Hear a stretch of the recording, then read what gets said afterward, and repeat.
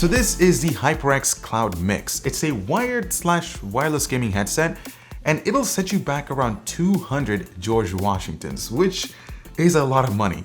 And I'm sure it'll raise a lot of eyebrows because we're all familiar with the Cloud family and how good they are, especially we've got the Cloud Flights, the Cloud Alphas, the Cloud Stinger. These are all great headsets that are priced appropriately for the features they offer. Now, when I looked at the price of the Cloud Mix, it really got my head scratching up for a bit because the only additional improvement that I see with this headset is the implementation of Bluetooth technology, and that's pretty much it. So how is this particular headset gonna stand out against its competitors? We'll find out right after this.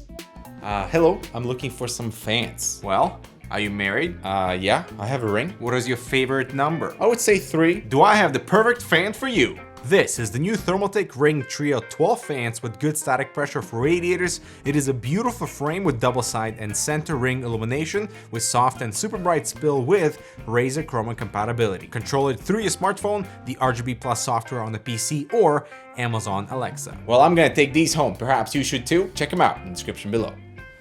Okay, so there's something I just want to get off my shoulders. There is a particular reason why we decided to delay the review for the Cloud Mix, and the reason for that is when we were briefed on it back in October of last year, HyperX told us that customers would only be able to purchase the Cloud Mix exclusively at Best Buy in the United States. And to us, that just didn't seem like a feasible choice to make a dedicated video on.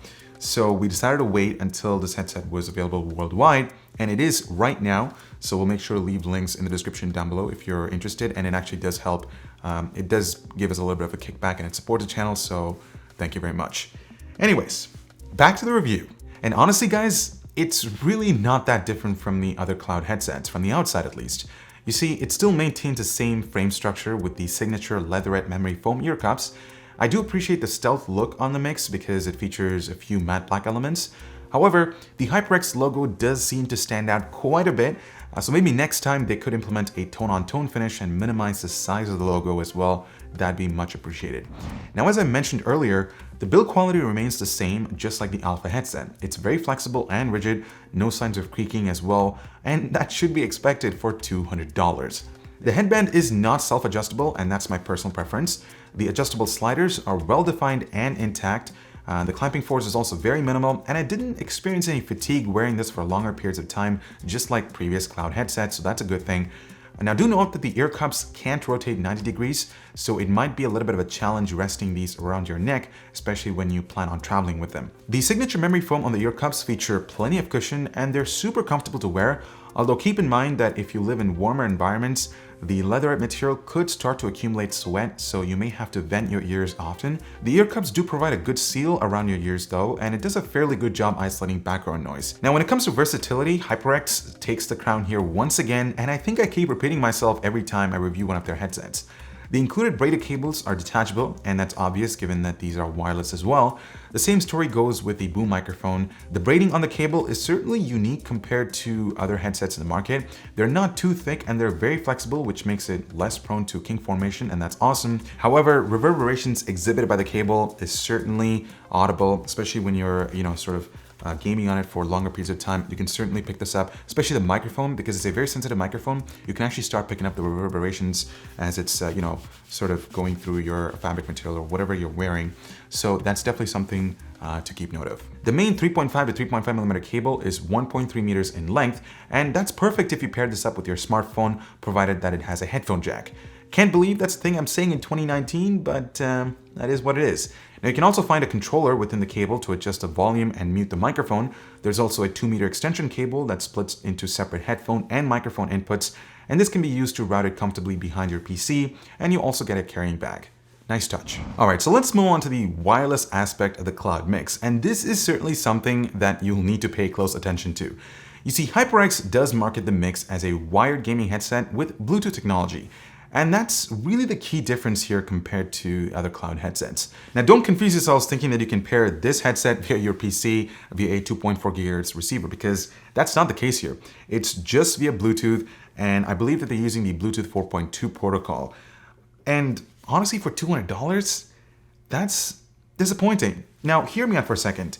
This is the Cloud Flight by HyperX. It's a wireless gaming headset. It pairs with your PC or pairs to your PC via this USB receiver. And it can also be used in wired mode via a 3.5mm connector. So it's very flexible. And right now it's on sale as well. So that's really cool. But when you compare it to something like the Cloud Mix, there honestly isn't a huge difference, at least to me personally. I don't feel like you're getting all that much for $200. Not to mention, this headset can only pair with a single device. And listen, some of you may think that it's not a deal breaker to include a wireless receiver, but what really concerns me the most is the price tag. You see, I would have been completely fine if the Cloud Mix was priced between $140 to $160, because now you'd have two headsets competing within the same price range that offers different wireless modes that better suit the customers for their particular needs or their use case scenarios. All right, so enough of me ranting, let's move on. Now, in terms of Bluetooth functionality, HyperX has not skimped on the basics. So you do get your standard volume up and down buttons that sync with your mobile or system volume levels. Enabling Bluetooth or powering on a headset can be done by holding down the power button for 2 seconds. The same goes for turning it off. And if you want to pair it with a device, simply hold it down for 5 seconds when powering it up. There's an LED indicator right above to show the status. There's also a multi-function button that acts as your play pause and picking up a phone call or skip tracks by just double pressing on it. Now, HyperX claims that the battery life lasts for about 20 hours, and I was comfortably able to hit that by pairing it with my smartphone and setting the volume to about 50%. You can recharge the headset via this micro USB port, although I would have wished if it was Type-C. Now, as I mentioned earlier, the boom microphone is detachable, and it basically features the same hardware as the ones found on the Cloud Alpha. So you're not getting a significant improvement in terms of microphone quality compared to that headset, which is also really funny because that costs around $100. So there's that. Now, my voice sounds very clear. It's not too nasally, very natural. There's very minimal background compression taking place, so it doesn't really affect the vocals. I'm typing on a mechanical keyboard. These are the Romer G switches, and it does a fairly good job isolating the background noise. But there's something that I really want you guys to pay close attention to, and that's the reverberations that the braided cable exhibits. Check this out. You can certainly hear it. I'm sure you'll pick it up because that's definitely something that I noticed when I was doing my testing. So if you're wearing like hoodies or something like that with zippers on them, just be careful. That's all I got to say. All right, so what you're listening to right now is the built-in onboard microphone on the Cloud Mix, and this works obviously via Bluetooth. Just keep in mind that if you connect the boom microphone, it doesn't actually work that way because this only works via the wired mode when you connect it to your PC, so certainly keep that in mind. Now, this is an omnidirectional microphone, so it does fake fairly a lot of background noise, but it actually sounds fairly good for a Bluetooth headset. I'm actually surprised by the quality of the onboard microphone, and it should be adequate enough for taking phone calls or all that kind of stuff. And now let's wrap things up with how this sounds. And to be honest, I really have nothing terrible to say about it because the drivers are built exactly as the Cloud Alphas with the dual chamber design that separates the highs, the mids, and the bass. The soundstage is surprisingly wider than I expected it to be, and for a closed back design, that's actually pretty awesome. And given that it now comes with the high-res audio certification, it covers a wider frequency range, so you can pick up the slightest details within a soundtrack. The vocals are well defined.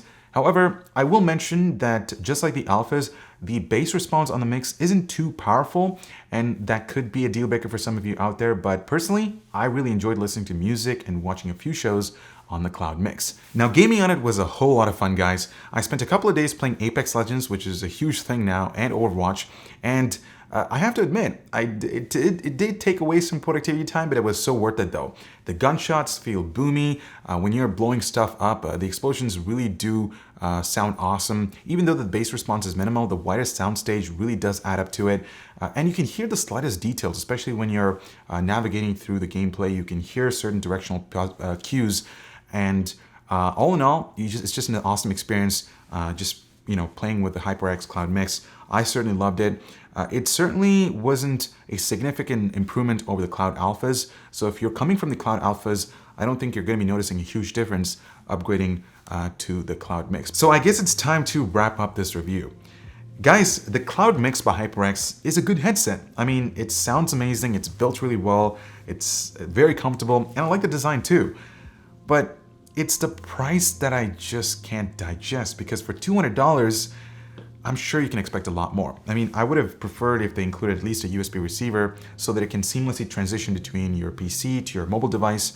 And of course, if you want to connect it in wired mode to your console, it just completes that versatility. And that's just a missed opportunity for HyperX. Now, sure, you can pair this up via Bluetooth to your desktop PC. That's totally it's not a question, it's possible. I'm just bummed about the price, guys, and I really want to know your thoughts about that in the comments down below. What do you think about it? Did HyperX go way too far in terms of pushing the envelope for pricing a headset, especially a gaming headset that features Bluetooth, especially at that price point? I'm Ivo with Hardwarecanucks.